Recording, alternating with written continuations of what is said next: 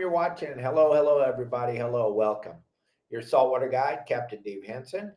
And we have a good show for you today. Today, we're going to be talking about some of the things that you may have forgotten about, some of the things you want to know when you go lobster fishing, and the great gear over at Promar. We're going to be talking lobsters for the next hour with you.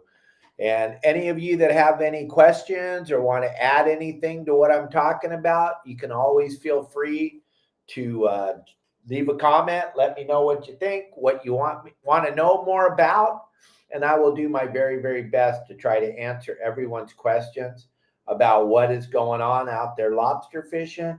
This is starting to get into my favorite time of the season. The end is always better than the beginning. It always has been, and it always will be. We'll talk a little bit about that and why is that and what does it mean. And yeah, I hear you guys have a big fire up there again. Another big fire up there, Mike. Unbelievable. Every time those Santa Ana winds start to blow, boy, those little match flickers get out there all excited and start flicking matches all over the place. Historic. Every time, hey, everybody, hello, and thank you and welcome. There are some streaks of red tide, Matt. There definitely are some streaks of red tide out there. It's something you got to fish in between. And then we're going to talk about those sand fleas also and how devastating they are. We're going to talk about a lot of different stuff today as far as lobster fishing goes. We really haven't talked about it for a while since the beginning of the season. We had a week long talking about lobster fishing. And then we also kind of want to let everybody that's new to the show and doesn't know what's going on about why you may want to listen to me about this subject, lobster fishing, or maybe you don't. It's totally up to you.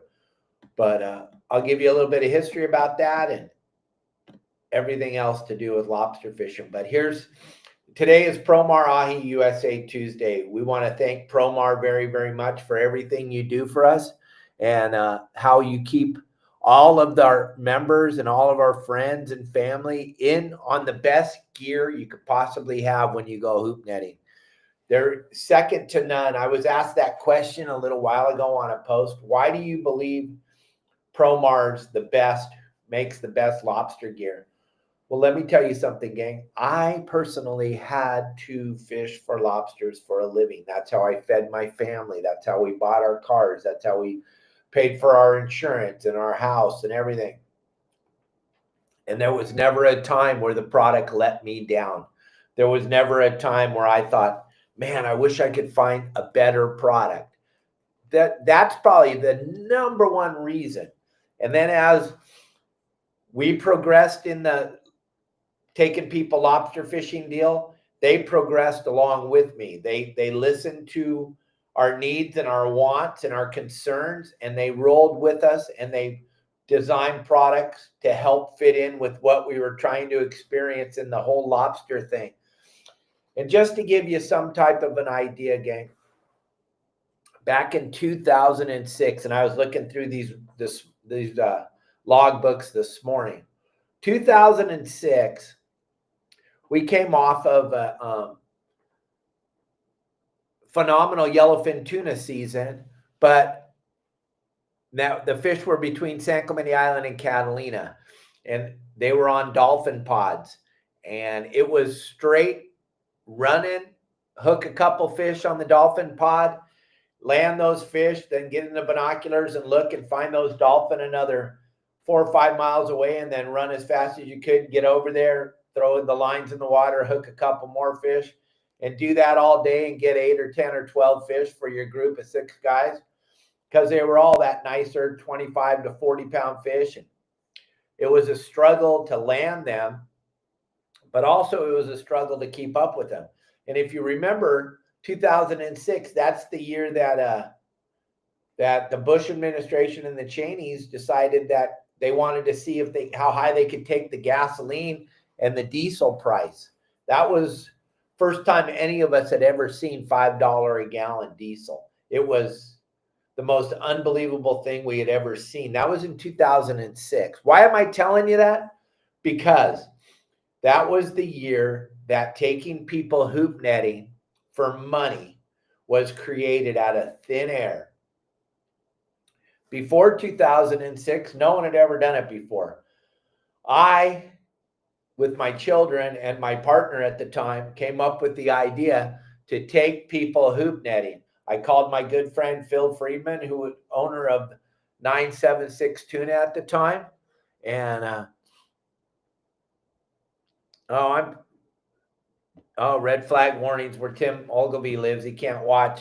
Their power's out. They're scared. Yeah, gang, that Santa Ana winds is absolutely terrifying right now. And I feel my heart goes out for the people of Avalon. They are going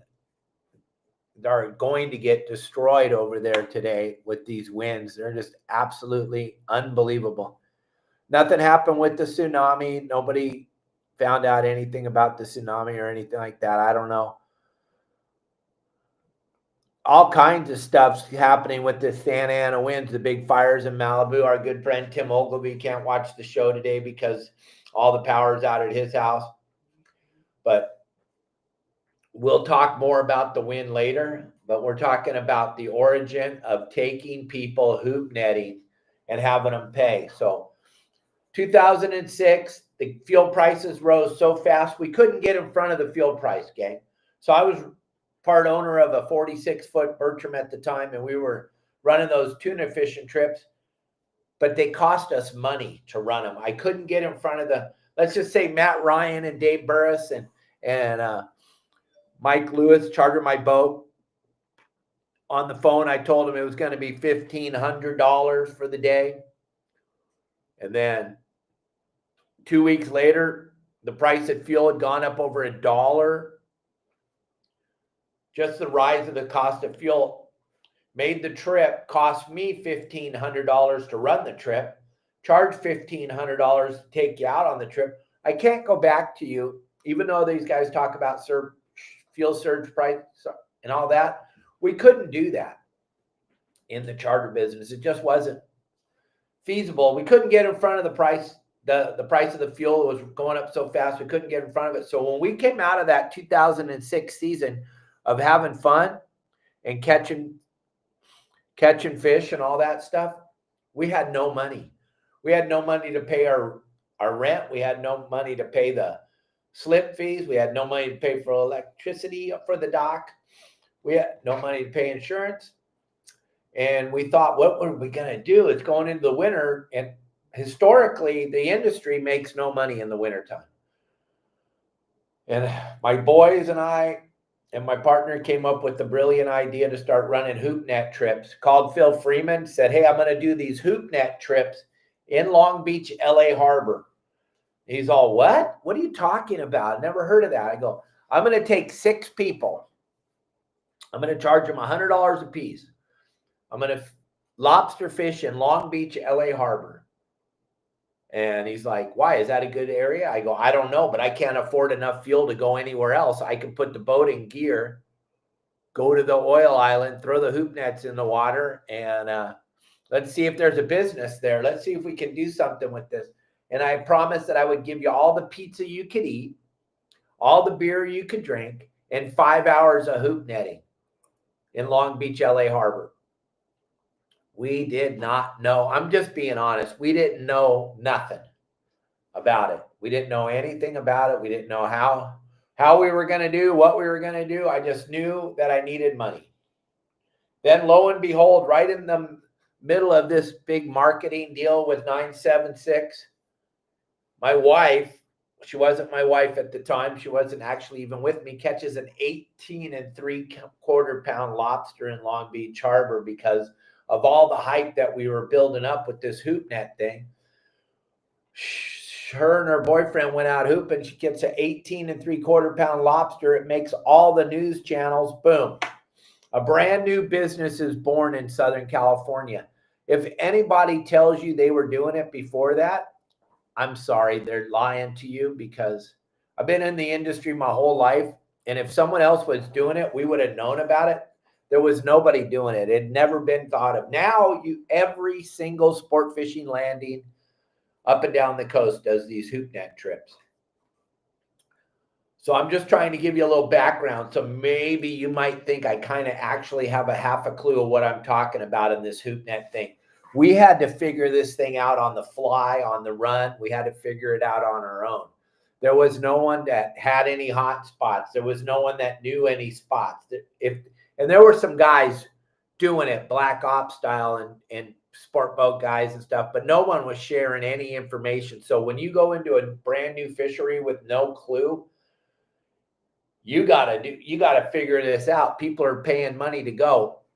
And Long Beach Harbor was about as dead as it could possibly be. I mean, it's like when I see guys catching 2 or 3 a night right now, I am stoked for them because there hasn't been any weather this whole year. The Santa Ana winds, the red tide, all those things are factors that play up against you when you're doing this hoop net thing. So when guys are going out and catching some, let me tell you something. The first year I ran these trips in 2006, I can't even tell you how many nights we caught 0.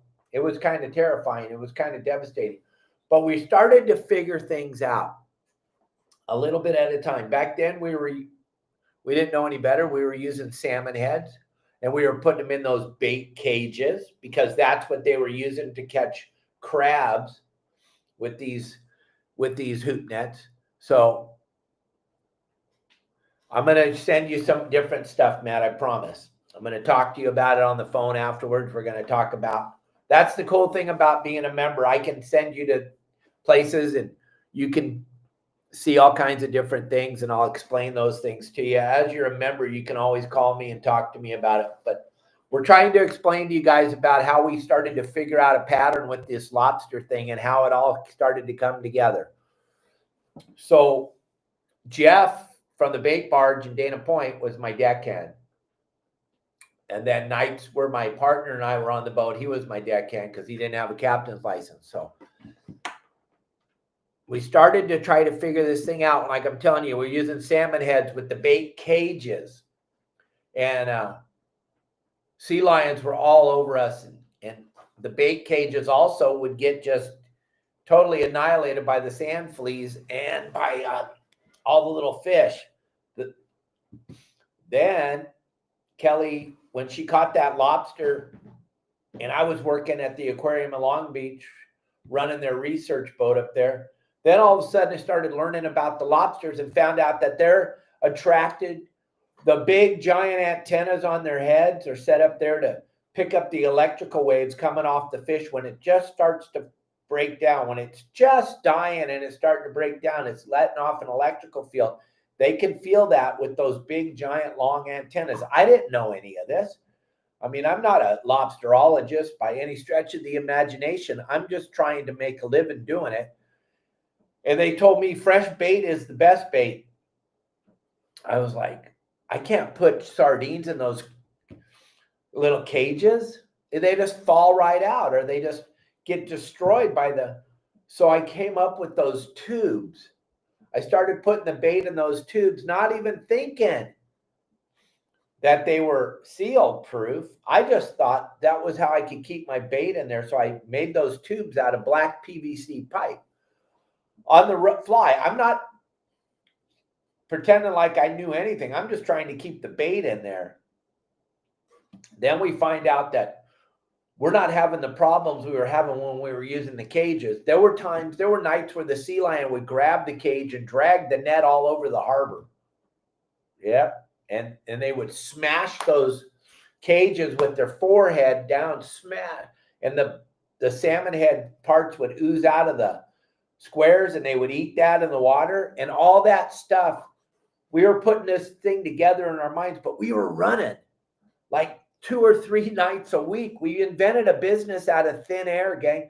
Nobody had any other way to go hoop netting. Nobody had anything. And Phil Freeman helped me out tremendously. I would call in 2 or 3 times a day to 976 Tuna. Talk about our trip that we went on last night. Then I'd call in a little bit later, talk about the trip that we're going to have tonight. Then I would call in a little bit later and talk about when we were leaving on the trip.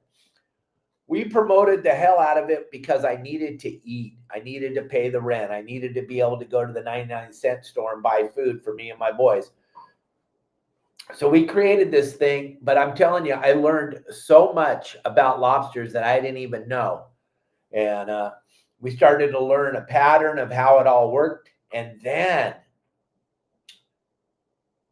one night we had the Whittier Elks on the boat, 6 guys from the Whittier Elks Lodge.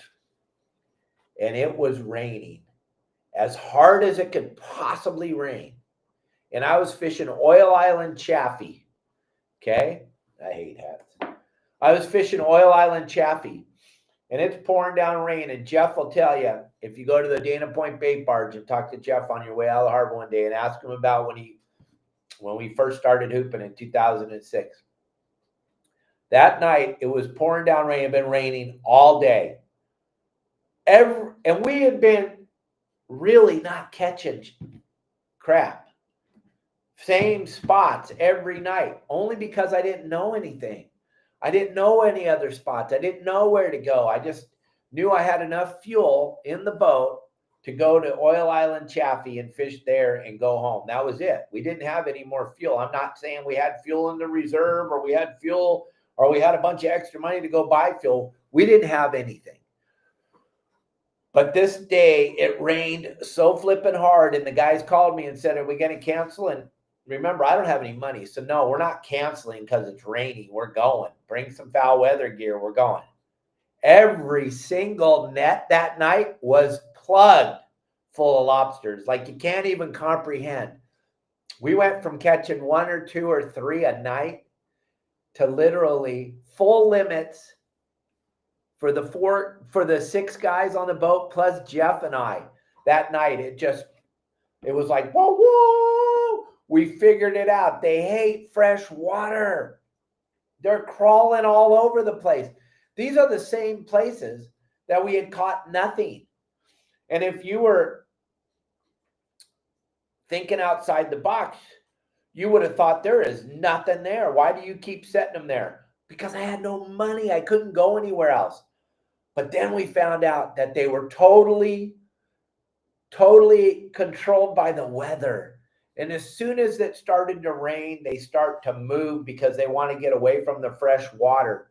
And lo and behold, there our hook nets were. So I started to put together my fishologist brain, started thinking about what the heck's going on here. Why is Oil Island Chaffee this magical place where these things are going to crawl? And if you look at a topographical map of LA Long Beach Harbor, the LA River runs right out where the Queen Mary is, okay? And then it flows, and there's like a channel. If you look real close, if you really look at the chart and really inspect what I'm talking about, you'll see there's an actual channel running all the way to Oil Island Chaffee.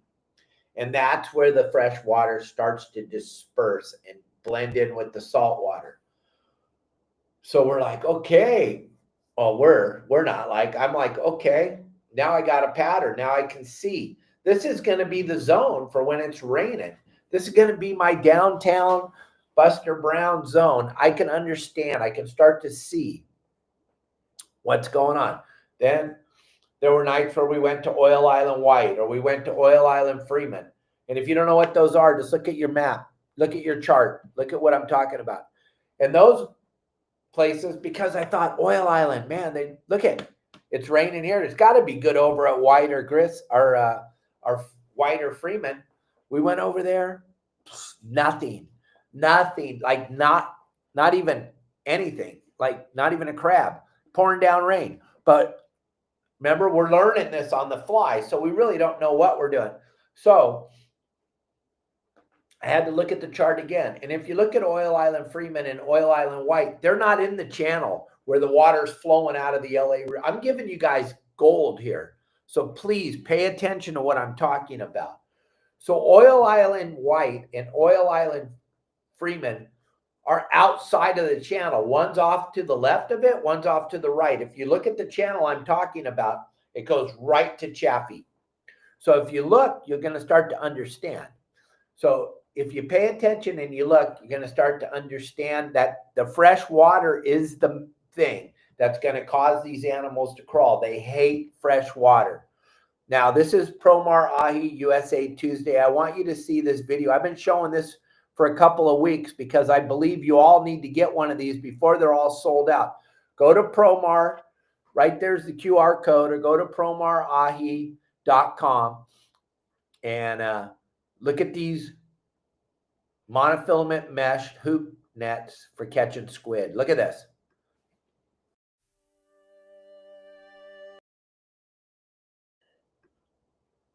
This is cutting edge. You got to have this on your boat. With all the squid around right now, there's no reason to not have one of these on your boat. This is the monofilament bait hoop net from Promar. Watch this. Now, you can't get the squid to float, but we can see the white glow all around the boat. We can see it down there. We just can't get it up high enough for us to scoop it. So this monofilament bait hoop net absolutely revolutionizes squid fishing. I wish we had these 30, 40 years ago when I was doing this every day. Absolute game changer. You will not ever have to try to get it to float ever again. You just let that net sink down below where you're seeing it, and then you slowly pull it up through that giant volume of squid that won't float. And as you see the net come up to the surface, lo and behold, you'll have enough to fish with for the day. Go get your sea bass, yellowtail. There you go. And then if you want to fill your freezer, throw it in the water a couple more times. So check this net out right here, right now.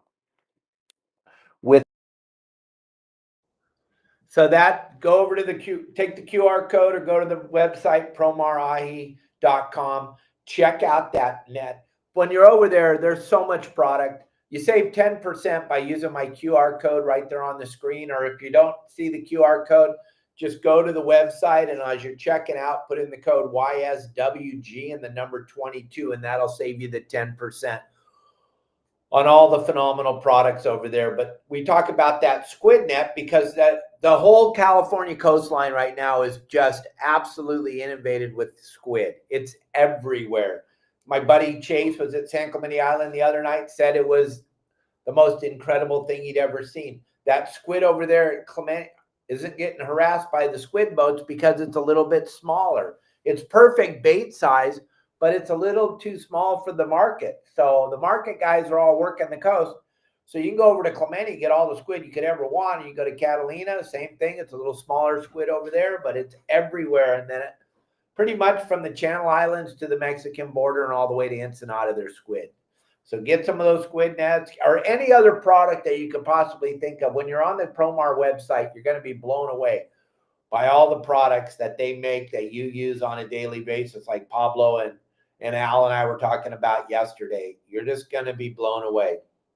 You want a nice stainless steel Go Shrimp pump? They got those now. You got sabiki rods, sabikis, the live deception flash lures, the rock cod squirts, hand net, dip nets, squid brails, those, and then the hoop nets and the bait, the seal-proof bait tubes, and now they're blue. They have the white ones, they have the blue ones. They have so much over there. Check it all out. But let's go back into our story about hooping at Long Beach, LA Harbor. So when that water started to flow, and we caught so many lobsters at Oil Island Chaffee, I started to wonder if they would be at the other islands. So I started setting up at those islands like we talked about earlier, White and Freeman, which are both outside. The one inside the harbor is called Oil Island Grissom. And I have a whole speech all about those because I used to run the tour boat up there. And I can tell you all about those oil islands. They used to be oil drilling platforms. And then the city of Long Beach during the beautification period told the oil companies, and these oil companies are called the Thumbs oil companies. You spell Thumbs, THUMS. That stands for Texaco, Humboldt, Union, Mobil, and Shell. Those are the 5 oil companies that control the world's economy. Those are the 5 oil companies that control the oil islands inside of Long Beach, LA Harbor. And that's for another show. If you guys want to learn more about Long Beach Harbor, I ran the tour boat out of Rainbow Harbor for years. But Chris, I'll talk to you about that offline. Yep, squid nets for Christmas, all kinds of stuff over there for Christmas. But here we go. So when I went to the other oil islands, there was no lobsters there. It's because that flow is coming out of LA Harbor. It's pushing all the animals all the way down there to Oil Island Chaffee, okay? But also, before I started hoop netting in the harbor, something on a side note, I used to run the research boat over there at the aquarium in Long Beach, and we would take school kids out and Harbor Breeze cruises with Danny Salas, and I ran the Karen Lynn, which was a boat that we would drag a net in the harbor, and all the school kids, and then we'd bring the net up on the boat, and we'd pull all the little fish and everything out of it and look at them and let the kids touch them and feel them. Shrimp, tonguefish, little halibut, little black sea bass, little sand bass, barracuda, whatever lived in the harbor. But there was an area where I could drag the net and catch monster lobsters in the sand. No structure in any way, shape, or form. And my buddy Bob Lorman, that was on the show with me, he told me about this spot when he used to drag the net around there to do water samples in the harbor. And I'll tell you what, there is a phenomenal amount of lobsters crawling around LA Long Beach Harbor that aren't structure-based lobsters. These are lobsters that walk around in the mud all night. You would never be able to pinpoint where they are. But I took those hoop nets and dropped them in the mud where they were, and we would catch nothing. But the next day we would drag the net there and catch a whole bunch. So the ones that are mud-based, I don't know what their deal is, but the ones that are rock structure-based, those guys hate fresh water, and we figured out the pattern.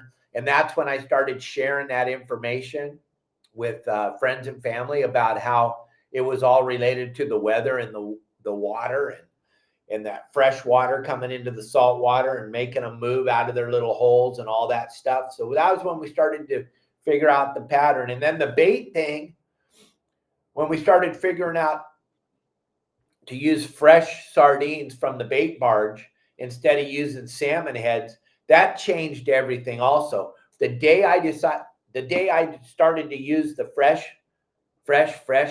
bait, I no longer got skunked. And remember in the beginning of this, I told you I couldn't even count the number of days we didn't catch any. And they were on charters where we would fish hours and hours and hours with the people and catch nothing. But as soon as I started to use fresh bait, then all of a sudden we would catch. We didn't catch limits every time, but we would catch a lot of lobsters. And we would catch legal lobsters, and we would catch a phenomenal amount of lobsters. And you know how much easier those sardines from the bait barge are to deal with than a salmon head? When you get a salmon head, it's whole. You got to split it down the middle and have to put it in those cages that you try to put them in. And hell, you can't, it would take you all night to cut a salmon head up enough to put in those tubes. And then another thing that really loves salmon, that oil that it puts off and the scent it puts off in the water. Remember, the scent in the oil is not what draws the lobsters, contrary to popular belief. I told you that it's that electrical field coming off. That's why your bait works so good in the beginning, and then it slows down later because it gets washed out in it. You got to change your bait, and we're going to talk about that. We got so much stuff we're talking about here, but what I was trying to say is the fresher the bait, the better the bait. That's what we found out. And the salmon heads are phenomenal for drawing in the California sea lion. They absolutely love it when you use salmon heads. So those of you that think sea lions are super cute stuff, keep using the salmon heads. Those of you that want to catch lobsters, fresh bait's the best. And this isn't coming from someone who goes out once a couple of weeks with their grandma and catches a couple lobsters. It's coming from someone who had to do it for a living, to make a living, to feed his family. That's the big separation between what I'm talking to you about and what all the other noise out there on the internet's about. 99.9% of the people that make videos about how to do this or how to do that in the fishing industry have never fished for a living. So remember that when you're getting your information. Try to go to the guy's channel or go and look at what they've done for a living. I'll guarantee you they don't fish for a living. There's very few people that make how-to videos about fishing that have ever fished for a living. And why is that? Remember, I've told you this so many times. The industry hates when you share information. The absolute, so we've had that shoved down our throats since we were young. There's nobody my age sharing. There's nobody that's done it for 50 years, making videos and sharing about how to. There's just not, man. There's not. And my friends that I grew up with doing this for a long time, they just cannot believe that I have so many words and that I have the ability to do a live show every day. They're just blown away. But I want to share with everybody out there so you can all be successful when you go. So listen to what I'm trying to tell you. If you're going to spray goo on your bait and the guy that's selling you the goo is telling you that the goo is you got to have the goo, put it on a nap or put it on a sponge and go out there with just the goo. If you're spraying goo on your bait, I'll bet you the bait's what's attracting them, not the goo. I'm sorry, I'm just being honest. If you can show me some goo that you can put on a sponge and catch lobsters with, I'm all in. What happens when you throw the goo on a sponge and throw the hoop net in the water and let it sink down? Let's say you're fishing 30 feet of water. It sinks all the way down to the bottom and 30 feet of water hits the bottom. Then you pull it back up. Take a sponge, put some soap on it, and go up and down in your sink 4 or 5 times. There won't be any soap left on your sponge. So that's all I'm trying to tell you. Yeah, I love to do what they tell me not to do. Yeah, exactly. And make an industry and a business out of it. Be super successful. Absolutely, Casey. Good to see you, man. Been a long time. Love you, Casey. Oh, my gosh. Casey and I go way back. Way, way back. Good to see you, Casey. So what I'm trying to tell you, gang, is fresh bait's the best bait. Everything else wishes it was fresh bait. And if you don't have fresh bait, you're going to wish you had fresh bait. Justin and I have done every experiment we could do on our live fishing shows at night. We've shown you everything. Like my buddy Luke McFadden, he fishes for crab for a living in the Chesapeake Bay. And he does some really cool videos. If you haven't seen Luke McFadden, he does it catch? And people send in suggestions, and he does it catch? And he'll use a potato chip, or he'll use some flour, or he'll use some jelly beans, or he'll just, whatever you guys come up with, cat food, chicken bones, whatever. And you always watch, it always comes back to what his favorite bait is, because he knows what really works. But he plays that game. We've done it with you guys. If you watch our live shows, we've done it with you many, many times. Right, Justin? And it always comes back to the fresh bait. It always comes back to the fresh bait. Justin, if you're not at the airport, you want to jump on here, that would be epic. If you are, I understand. I know you and Rylan are coming back from a phenomenal elk hunt, and it was so fun to watch. If you guys haven't seen Deckhand Rylan on Facebook, go watch. He drives the car.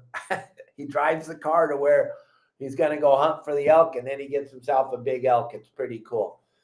But back to what I was saying. Just be careful who you're getting your information from. That's all I'm trying to tell you. I don't want to lose viewers because, oh, Dave's so cocky. Nope. I want you all to catch. I want you all to understand. Like the first thing I tell you guys when you sign up to my website, if you want to be successful, follow our simple game plans. If you want to be super confused and not be successful, watch all the other YouTube channels. Watch all the other people out there filling your mind up with all this garbage. And remember, at the end of the day, they're all trying to sell you something. They're all trying to sell you some product that they make. I don't make a product. I don't have a product. I have some sponsors that have some products, but you see me in all my videos using all their products. I'm not trying to make you go use this or that if it doesn't work. I mean, Deckhand Sports, you see Justin, Pablo, Al, they use the bags. You see Sonny putting his lobsters in the backpacks. You see everybody using the Promar products. You see me, every time you see me fishing, I'm using a Okuma rod and reel. I've been using Okuma for 20 plus years. Same with my buddy Todd Manser. So the stuff we're telling you is the absolute what we do on a daily basis and what we use. And this bait thing has been a giant mess for a very long time. Too many people trying to tell you too many things to use. One thing that's consistent is that fresh bait is the best bait. Everything else wants to be fresh bait. There were trips last year where Justin didn't get any bait and had to go to the fish market and get scraps or had to get mackerel from somebody's freezer or something, and it wasn't the same. We saw it. We watched it. We also watched Justin using the goo that you spread all over everything and trying it. Nothing was the same. Yeah, and the proof's in the pudding. Last year, Justin had over 2,000 legal lobsters on the live show. So it's definitely a game changer. It is definitely a game changer if you decide to use fresh bait. If you don't, that's okay. Believe me, we have over 4,000 members that are doing everything right. If you want to kind of jump in our podcast, watch it for a little bit, and then go back and do the things the wrong way, that's your prerogative. You're an American. You can do it wrong forever. It's not going to change what Justin and I eat for dinner. And then the next thing we started to learn, now I drilled that into you about the bait. The next thing we started to learn is our bait gets washed out after a couple of sets. Our bait gets washed out. So I'm constantly telling you guys, and I talked about it on the show many times, and Justin does it on the live shows. You get to watch it live, and you get to see how it changes when he changes the bait in the tube and he puts the fresh bait in there. It absolutely changes what he's going to catch. A lot of people say, hey, we only caught him for the first hour or something. And I always ask, did you change your bait out? No. That's why I believe in my heart it's important to have 2 sets of tubes. Have one set that you have in your hoop nets, 10, and then throughout the night, you just switch them out with some fresh bait after your second or third set. 3 sets without changing out your bait, you'll be blown away. And especially if you're fishing in an area like where Matt was the other night, the sand fleas. Gang, the sand fleas are good because we catch lobsters when we see a lot of sand fleas, but the sand fleas are bad. Smelt, not so much. There's no oil in them. Mackerel, yeah. Smelt, no. They're just, if you look at them, I mean, if you have to put something in there, you got to have bait. Let's be honest. And if you don't have anything else, smelt would be fine. Something in there, but if it's something mackerel or sardines, but change your bait out. Keep fresh bait in there. Every third set, you should be changing your bait. Sometimes second set. But if you pull up your nets and you see a ton of those little sand fleas all over the ground or all over your deck, then you really got to check your bait because those sand fleas eat your bait so fast you won't even believe how fast. I mean, on Justin's live shows, we've seen it. He showed you. He'll pull 2 sets and his tube will come up and it was packed full of bait and all it will be full of is bones. Those sand fleas clean off your bait, clean off the scent so fast. So when you're seeing a lot of sand fleas, you're going to have to go through a lot of bait. All right. But where the sand fleas are, that's normally where the lobsters are.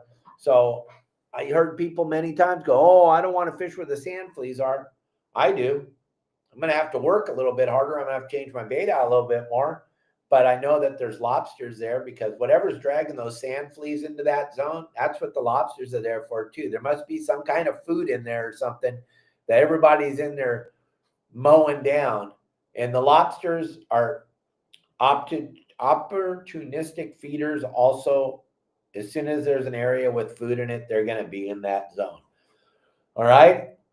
So changing out your bait's a thing. And then as I progressed in this thing and I was starting to I still don't have it figured out by any stretch of the imagination. I promise you, they're lobsters. If I had it figured out, there wouldn't be any.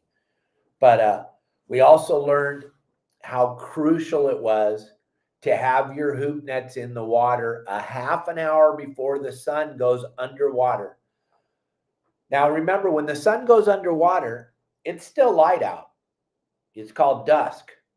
But when the sun goes under the water on the bottom of the ocean, it's black. There is no penetration of the sun when the sun goes. What do you mean underwater, Dave? The sun doesn't go underwater. When it sets on the horizon, for you superstar, you English majors, because I'm not much into the English language. I just use the verbs, the verbiage that I know. When the sun goes underwater, that's when it sets on the horizon. In California, it looks like it's going under the water. You have to have your hoop nets in the water a half an hour before that. I figured it out because I did it wrong. I've done everything possible wrong. We would get out there an hour after the sun would go underwater and throw our hoops and catch nothing. Couldn't get established on a spot. Just like you watch when we try to move around out there, once we get to a zone and we didn't catch anything, now it's really tough to get anything going when you start moving around, because if you didn't get it established on that first set, the chances are not real good because you didn't establish that scent or that electrical pulse going into the water. If you can establish that in the beginning, half an hour before the sun goes under the water, you're golden. Then the other thing we learned was to pull them. Once we started pulling hoop nets, and they have lobsters in them, and you see this with Justin all the time. Not so much this year because it's very, very tough fishing this year. It's back to the way it's supposed to be because we have no weather. But last year was an anomaly in Long Beach Harbor, and Justin didn't have to go to Catalina at all. This year he's going to Catalina a lot more because of the fact that he's got to catch lobsters for his clients. But once you start pulling and you got lobsters in the hoop nets, we don't wait. Because when you go from one hoop to the 10th one and you're throwing them back in the water right away, by the time you get back to number one, it's already been in the water for a half hour, 45 minutes, because it takes you that long to go through all 10, unless they're empty. If they're empty, it takes lickety-split 10, 15 minutes to go through all 10. But if they got lobsters in them, and that's what we're talking about, we dump the lobsters out, we throw the net back in the water, we go to the next net. And we go to the next net. Then when we're all done with all 10, we turn right back around and start over again. Throw it tonight or tomorrow night when you're out hooping, throw a lobster on your deck. And watch how fast that lobster cruises from one side of the boat to the other. Think of that. Think how fast they move on your deck.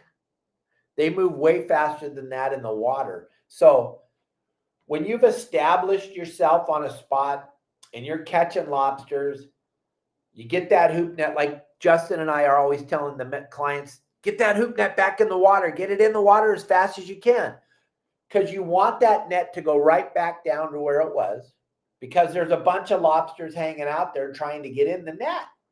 So you want to get it back in the water as quickly as you can, exactly where you just pulled it from. That's crucial because there's lobsters down there wanting to get in the net. And then by the time you get to number 10, turn around and go back to the first one, start over again. Because they're already crawled. They're already in the net again. Now, if it's like what's going on right now, and it's tough fishing in Long Beach, LA Harbor, maybe a little bit longer set. Yeah. So we pull our 10 nets and we had 3 lobsters in it, a couple of crabs, stuff like that. But here's the scary part. Moving from the area that you established yourself in and going to a new area, you're going to have to reestablish yourself. Many nights we got baffled because we just stayed with it and we didn't move around. And we found out that all of a sudden, there he is, Justin Botrell, coming home from Texas. Nope, we're actually Arizona. We went elk hunting Arizona. Oh, coming home from Arizona. Woohoo! Yep. We're on it, so I have spotty signal, so hopefully it goes through. So yeah. Yeah, you're on right now. Awesome, awesome. Hello, everyone. Fishing lobsters as much as you do. What do you think? Pretty much spot on what I'm saying? Yeah, exactly. And the other thing is, like you said, about people putting the lobster on their deck to see how fast they move. The other way that you can tell if a lobster, the crawl is good or if it's slow, is when you put them on the deck. If they take off all crazy, they're crawling pretty good. But if you pull them up and they're not really moving at all, it's going to be kind of slow. So you may want to leave your stuff in the water a little bit longer if you're not getting lobsters in every net. But to move to a new area is kind of sketchy, right? Yeah. Yeah, because sometimes the lobsters will move a little later, and then you'll move to that other area, and there's going to be nothing over there. So it's a hard decision to make while you're out there. I like to take my chances, and sometimes it works out. Sometimes it doesn't. So the difference between what you're doing and what most of these guys are doing is you're doing it for a living. So you have a bunch of pressure, you got a bunch of people staring at you, and you got to make big moves. But if you're on your own private boat, you're established in an area, my best thing to tell you would be to stay there. Yeah. Yeah, the other thing that I would suggest everyone doing is when you're working one area, work different depths. So stagger your nets, 15 feet, 20 feet, 30 feet, 40 feet, and keep zigzagging them like that to find out what depth they're crawling the best in. Then once you find out where they're crawling, then what you do is you put all of them in that area. So. Yeah, that's good. That's really good. I didn't even think of talking about that. Hey, Big Eric, my buddy, professional lobster fisherman. He's on here watching right now. Law of averages. You're absolutely right. We got Eric and we got Cubby because they heard you were coming on the show, Justin. Nice. So we got a special guest here that couldn't tell everyone a elk story if everyone wants to hear it. Yeah, there's a bunch of people that want to know. All right, hold on. Hi. Deckhand Ryland, that's a cool looking mullet you got. Thank you. Yeah, I'm trying to get there. I'm trying to grow mine out like yours. What happened? Did you get an elk? Yeah. That's it? That's the whole story? So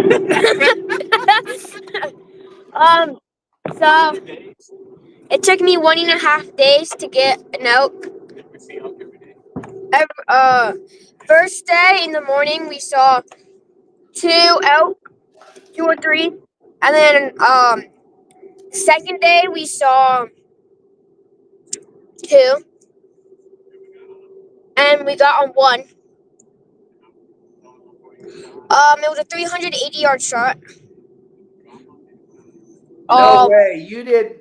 Who shot it? Your dad let you take the picture? Say that again. I can't hear. Who shot it? Your dad? I shot it at 380 yards and dropped it. Woo! My dad can't shoot. He missed every shot. On 2 different elk. On 2 different elk. Wow. So are you bringing home the meat? Yeah, right now.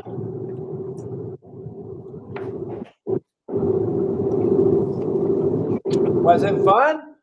Yeah, it was fun. Yeah, are you excited? Did we just wake you up? And then on the third day we saw how many?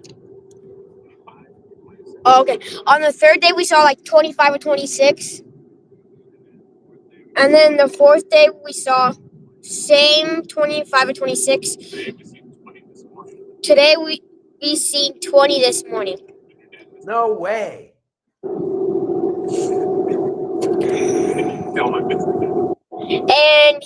And Dad missed again.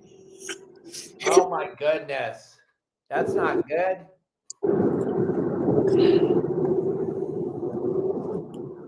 What else? That's it?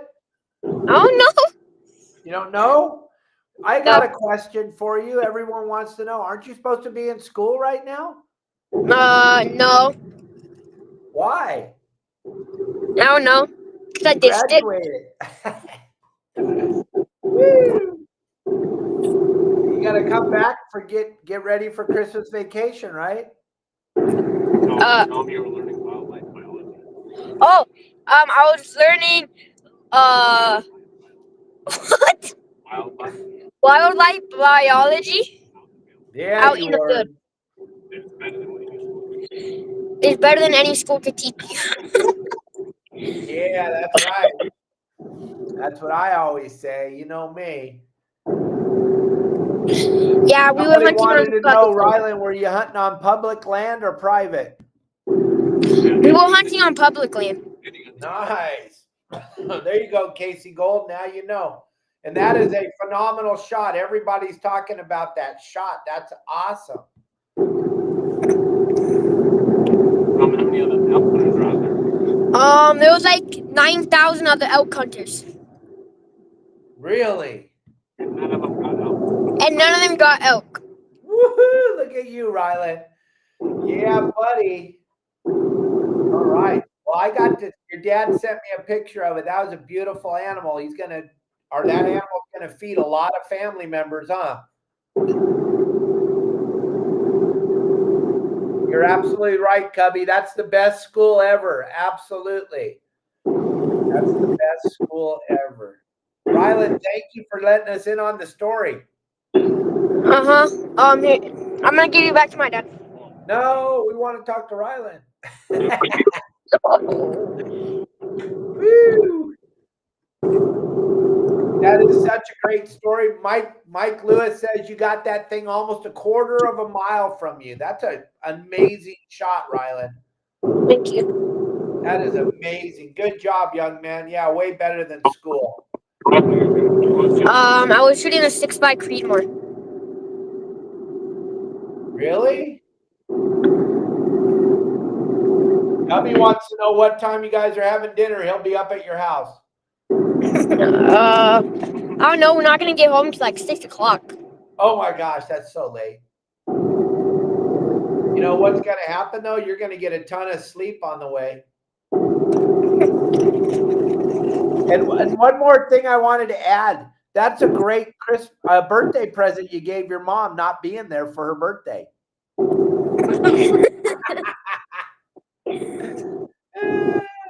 Tell me how we didn't want to. Wait, what? Tell me how we didn't want to.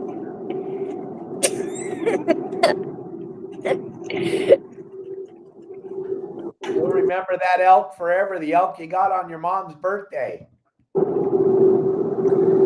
Josh, I saw it's 6.5 Creedmoor. Wow. Whatever that means. I don't know anything about guns, so I don't know what the heck you're talking about.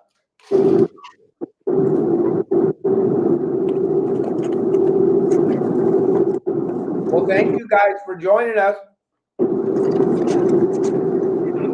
Yeah. Want to come back?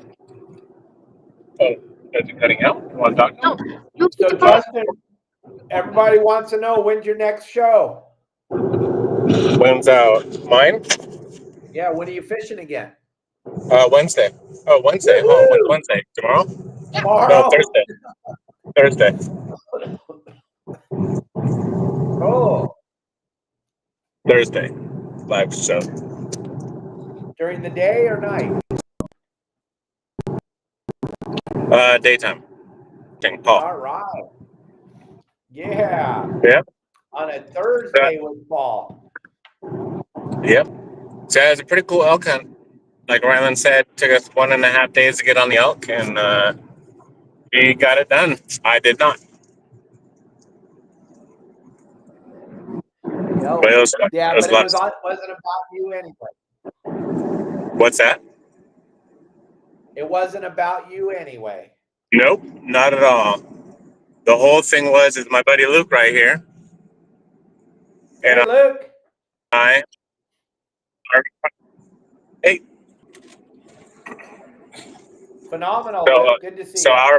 our biggest plan was to get Rylan on an elk, and it was successful. Yeah, I missed shots. Heck yeah.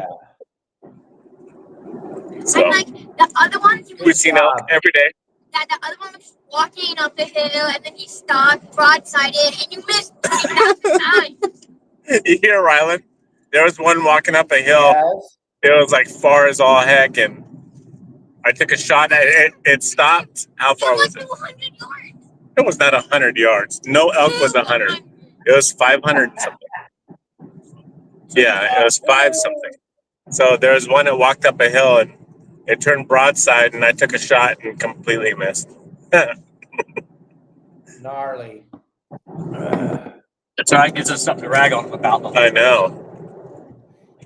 Rylan did Yeah. really, really good. Got up super early in the morning, and we've seen pronghorn, coyotes, a wolf, golden eagle, elk, a lot of elk every day.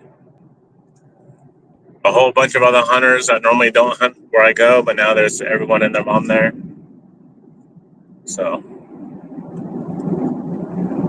we had to go find another area really quick. Yep. Sounds like there's a bunch of animals there, though. Yeah, I went and found another area where no one else was. And that's when Rylan got on an elk. So, Nice. yeah. Any goats, Tim Ogilvy saying? Any goats? Yeah. Like pronghorn? I Or think he's bighorn? probably. I doubt he's talking Bighorn? about No, not where we go. I was hunting in Unit 10. Unit 10 and out in the wooded areas. Were there any monkeys? Nope, No monkeys. Only monkeys we none of got. those. No, you got the monkey. We don't need one. Right. Nobody does. It's the dumbest thing I've ever done. Yeah. Bar none. And you told me, I don't even know how many times you told me, do not get a monkey, dummy. Wow, I wonder if everyone can see this sign. Here, look at this sign right here. Hopefully you can see out my windshield. Oh, we're getting closer. Look at this big old huge sign on the side of the hill. Hold on, here we go.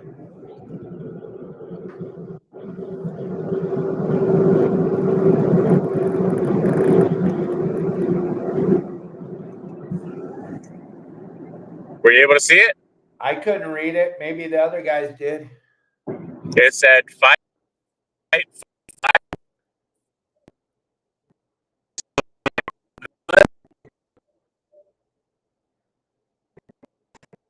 I think we lost you. I think we lost him.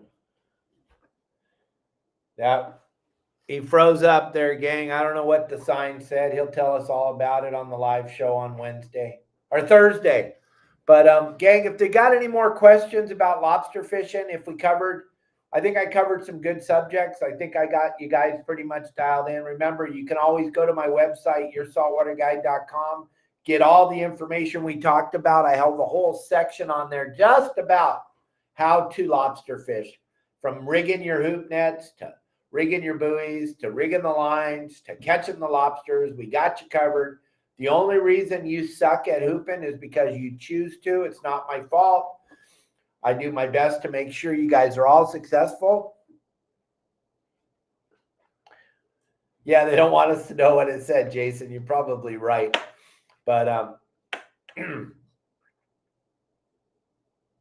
we will be here tomorrow. Here he is. He's back. All right. What did the sign say? We lost you. It said Trump. It was a big old huge sign. It was like the half the size of the hill. That's why Jason and Steve were saying they don't want us to see it. They shut you down right there. Right? Crazy, crazy, crazy. That's too funny. Well, thank you guys for jumping on here and sharing that story. That was a good one. Yeah. We're just driving through beautiful Arizona.